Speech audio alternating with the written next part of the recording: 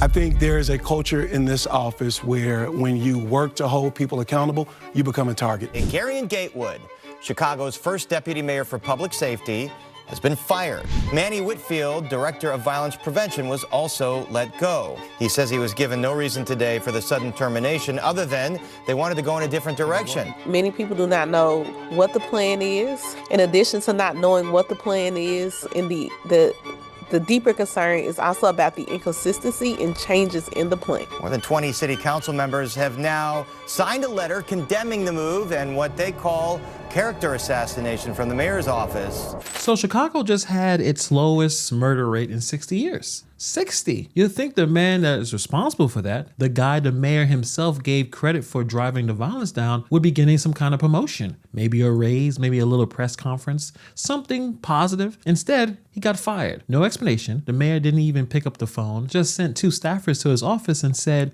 "We're going in a different direction." Different direction from what? Less murder? I'm confused. Let's get into it. That's a position Mayor Johnson created days after taking office in 2023, and Gatewood has held it since the beginning. He says he was given no reason today for the sudden termination other than they wanted to go in a different direction. But Gatewood says the direction he set forth helped bring the city's homicide level down to its lowest point in 30 years, and he's confused on what he did wrong. So this past Thursday, Mayor Brandon Johnson fired his deputy mayor for community safety. And look, this wasn't some random mid-level position. Johnson created this role himself, handpicked Gatewood for the job. And for nearly 3 years, Gatewood was the guy. At the crime scenes, at the funerals for the fallen officers, coordinating with CPD, with community organizations, with aldermen. He was the face of this administration's whole public safety plan. And here's the thing, it looks like it may have been working. 4 consecutive years of declining homicides. The city went from 617 murders down to 460. Now I know that's still a lot of murders, but for Chicago, things are a little better. But here's where things get ugly. Gatewood says that the mayor didn't even talk to him directly. The termination came from this chief of staff and the mayor's senior advisor by the name of Jason Lee. Remember that name, because we're gonna come back to Jason Lee in a second. They told Gatewood they wanted to go in a different direction, to focus more on policy. That's it. No performance review, no warning, no details, just you're done, pack your shit, you're out of here. They also fired Manny Whitfield, his director of violence prevention. 2 key public safety leaders gone in one afternoon. And get this, Gatewood's own first deputy, Jason Stanford, had recently resigned because of, in Gatewood's words, a lack of quality of work in his office. But after they fired Gatewood, they asked Stanford to come back to replace him. Think about that for a second. Who quit because the environment wasn't working is now being asked to run it. You can't make this stuff up. But listen to how Alderman Brian Hopkins described what he thinks is really going on. Garien Gatewood, as the deputy mayor of public safety, believes in public safety and believes in holding criminals accountable. And that sometimes means arresting them, prosecuting them, and sending them to jail. That is not the philosophy of this mayor and many other people who advise the mayor on public safety and policing issues. You know, the mayor, remember, in his campaign talked about defunding the police. So this is an alderman on record saying that Gatewood's problem is that he actually believed in holding criminals accountable, and that belief did not align with the mayor's philosophy. That's not me speculating. That's an elected official in Chicago saying the quiet part out loud. This is a mayor who campaigned on defunding the police, and the man he put in charge of public safety apparently took his job too seriously. I mean, you cannot make this stuff up. Now, what's wild about this whole thing is that Gatewood did not go out quietly, not even a little bit. He sat down for many interviews on the same day he was fired and laid out his record with the kind of clarity that tells you this man knows exactly what he accomplished, and he's not going to let anyone rewrite it. Listen to this. I think when we think about policies, we think about the work that's happened over the last few years. We started at 617 homicides, down to 582 homicides, and just this past year, 416 homicides. So I would like to believe that the work that I was fortunate enough to lead, along with my partners in the Chicago Police Department, the Chicago Fire Department, so many community-based organizations, so many of our elected officials at the state level, the county level, and at the city level who really worked hard. I'm honored that we were able to work to help save lives in the city. But they said they wanted to go in a different direction, and that is their prerogative. But they didn't tell you what direction that is or what was wrong with the direction you were going? I mean, if murders are coming down, then why would they go in a different direction? 617 down to 460. Now listen, that's still a lot of damn murders, but it looks like something is working. I mean, it's better than nothing. He's working hand in hand with the cops, community organizers, elected officials at every level, and they hit him with a different direction without telling him what that direction even is. You fired a man that helped deliver a 60-year low in murders and you can't articulate why? That's not a policy decision. It looks like it's a personal decision, plain and simple. And Gatewood made it personal right back. Not with anger though, with the truth, the facts. Because when they asked him what is really going on inside the mayor's office, he dropped the line I think is going to define this entire scandal. Check this out. I think there is a culture in this office where when you work to hold people accountable, you become a target. And I am not the first person to say that. That is out in the public sphere. I am not surprised that this was a route to go. I am at peace, Paris. I am. My work cannot be questioned. What we were able to deliver cannot be questioned. And I am hopeful that that positive work continues to move forward because ultimately it is bigger than me. It's bigger than any one individual. It's about the people who live in this city. And we kind of got into it, but when you say work to hold people accountable, who were you holding accountable for what? Well, listen, if there is a mass shooting, the largest mass shooting in the history of our city, people have to pick up the phone. People have to show up. People have to be there for the people that we say we care about. What did this man say? There is a culture in this office where you work to hold people accountable, you become a target. And he said he's not the first person to say this. That's not a disgruntled employee venting on his way out the door.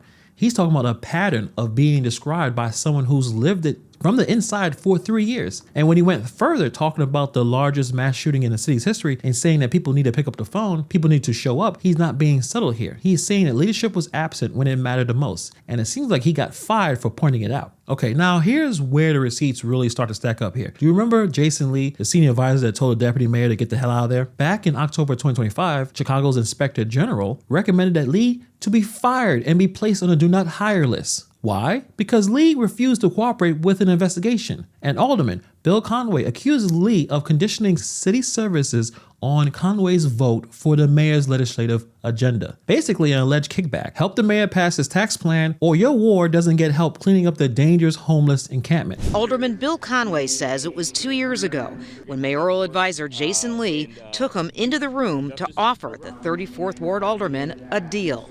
The mayor's office tried to extort my vote in exchange for basic public safety services. Conway says Lee offered to clean up the encampment in exchange for Conway's vote on the real estate transfer tax.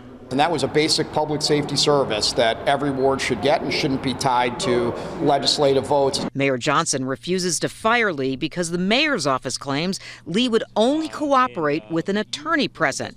A statement reads in part, quote, "There's no justification for imposing discipline on a staffer who is engaged in no wrongdoing and who merely asserted their right to counsel." That's what is being alleged right now. Lee wouldn't sit down for an interview. Of course not. And the IG couldn't complete the investigation. What she says about every city employee who refuses to cooperate, fire them. 3 other city departments agreed to fire their employees under the same circumstances. Only one office refused. Guess which one? The mayor's office. Brandon Johnson kept Jason Lee on the payroll at $195,000 a year. So let me make sure I'm reading this right and let me know in the comments below if you agree with me. The man the inspector general said should be fired for obstructing an investigation is still employed. The man who delivered the historic crime reductions is gone, escorted out of the building, got his walking papers. That's the culture Gatewood is describing. That's what accountability gets you on the 5th floor of Chicago's City Hall. It's not just Gatewood raising alarms. More than 20 aldermen signed a letter condemning the firing and calling out what they describe as character assassination from the mayor's office. More than 20 city council members have now signed a letter condemning the move and what they call character assassination from the mayor's office, with claims that Gatewood presided over a hostile work environment. He tells us hearing of these allegations has been shocking. He says he has always strived to create an environment for people to grow and feel supported. He denies the allegations as false. Community organizations that work with this man on violence prevention are expressing some serious concerns. Even faith leaders who partnered with his office are now questioning whether this administration even has a plan heading into the summer, you know, the season where violence historically spikes.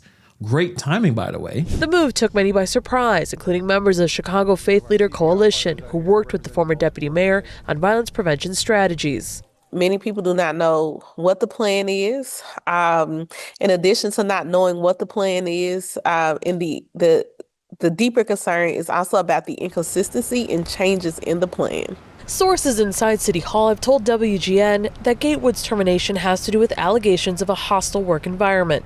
WGN spoke with Gatewood over the phone. He tells us hearing of these allegations has been shocking. He says he has always strived to create an environment for people to grow and feel supported. He denies the allegations as false. It's a bit confusing to see that they went a different direction when this is a person who understands the people's agenda and who understands the importance of advancing a progressive agenda. Quote, most people do not know what the plan is. That's the faith leader, someone who works directly with this administration on preventing violence. And she's saying that the inconsistency and the constant changes are a deeper concern. Because here's the thing, after the firing, the mayor's office tried to clean this up by leaking allegations that Gatewood ran a hostile work environment. But, and this part is important, they admitted that this was not the reason given to him when they actually fired him. They told him different direction. The hostile work environment narrative came after. Very convenient, right? Gatewood obviously denies it. His policy advisor went on record saying that she never saw any indication of hostility towards women. So what's the actual reason here? Because different direction is not a reason. So let's try to connect the dots real quick because this is not an isolated incident. This is year 3 of Brandon Johnson's administration, and the pattern is clear. Anyone who pushes back, anyone who tries to hold anyone accountable, anyone who doesn't fall in line,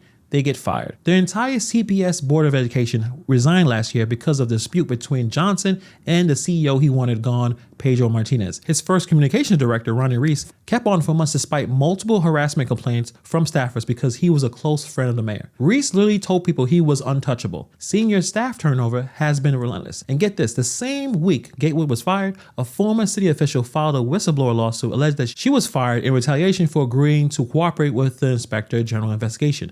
Same week. You cannot make this up. That's not bad luck, that's a culture. And the people of Chicago can see it because the approval numbers tell the whole story. One poll has Brandon Johnson at 6.6% approval. 6.6. For context, the US Congress, which everyone loves to hate, polls at 17%. Johnson is polling below Congress. He is polling lower than his own predecessor, Lori Lightfoot, who couldn't even make it to the runoff. Nearly 80% of the people in Chicago view him unfavorably. And when they asked voters if the election was held today, only 8% said they'll re-elect him. 8%. That's not a mandate. That is like a margin of error here. This right here is why this firing matters. It's not about just one deputy mayor losing a job. It's about a mayor who is so deep in the power struggle that he'll throw away his own success story to protect the insiders who shield him from accountability. He'll keep an advisor the AG said that should be fired. He'll dump a leader who actually got some results, and he'll hide behind the we don't comment on personnel matters every single time like clockwork. Chicago deserves answers. 20 plus aldermen are demanding them. Faith leaders are demanding them. Community organizations are demanding them. And the people who live in the neighborhoods where Gatewood actually showed up at the crime scenes, at the vigils, in the worst moments, they deserve to know why the man who was there for them got thrown away by the man who wasn't. We will continue to see exactly what the hell is going on here. We're back in Chicago. Well, not literally, but we'll be talking about this god-awful mayor. The worst mayor in America is Brandon Johnson. It doesn't even come close. We will continue to follow this nonsense. Let me know what you guys think about the situation in the comments below. Thank you for taking time to watch this video, and I'll see you guys in the next video.